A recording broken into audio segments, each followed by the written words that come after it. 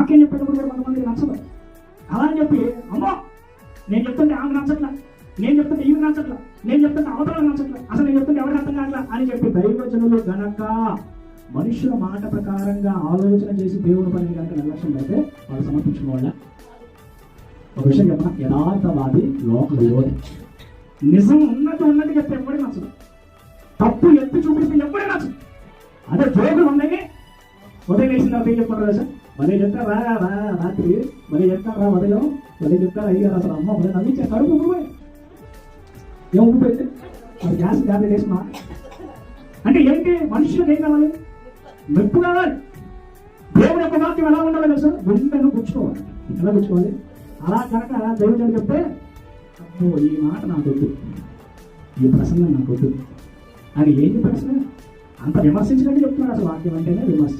అసలు ఆయన చెప్పేదంతా ఏమిటి తెలుసా? ముఖం మీద తిట్టినట్టే చెప్తున్నాడు ఇక అని కనుక దౌర్జన్యానికి నిలబడినప్పుడు అయ్యా నేను ఎందుకు ఎలా చెప్పడం అని చెప్పి పేపర్లో జరిగిన 4 జోడులు రాసి పెట్టుకొని చెప్పాను. దేవుడు అంటాడు, నువ్వు నాకు సమర్పించుకున్నావా?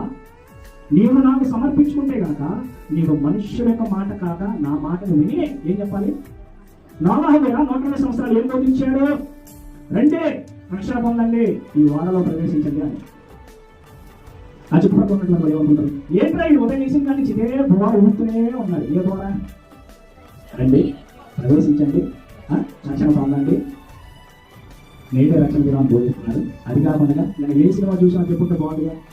ఇంకా కొంతమంది మాట్లాడేటప్పుడు కూడా జోకులు వేసి మాట్లాడుకుంటే బాగా వింటారు. ఎంత అది దేవుని గురించి చెప్తే వాళ్ళలో ఉన్నటువంటి లోపాల గురించి ఎవరైనా ప్రిఫరెన్స్ మాట్లాడుతున్నప్పుడు ఇదిగో నీళ్ళు లోపం ఉంది, దేవుడు చెప్తున్నారు సరి చేసుకోండి, అబ్బా ఇంకా కనపడిందంట, ఇంకా అది వస్తున్నారా ఏంటి ఏమంటారు? అబ్బా ఈ తన తప్పురాలంట, ఇది అబ్బా ఆ సంగతి మా తెలియదు అంటే నేను ఎన్నో చూసేలాంటివి ఆ బయటికి అలా కనపడుతుంది కానీ ఆ చేసేదంతా ఎవరో తెలియదు. ఏమంటారు ఇది?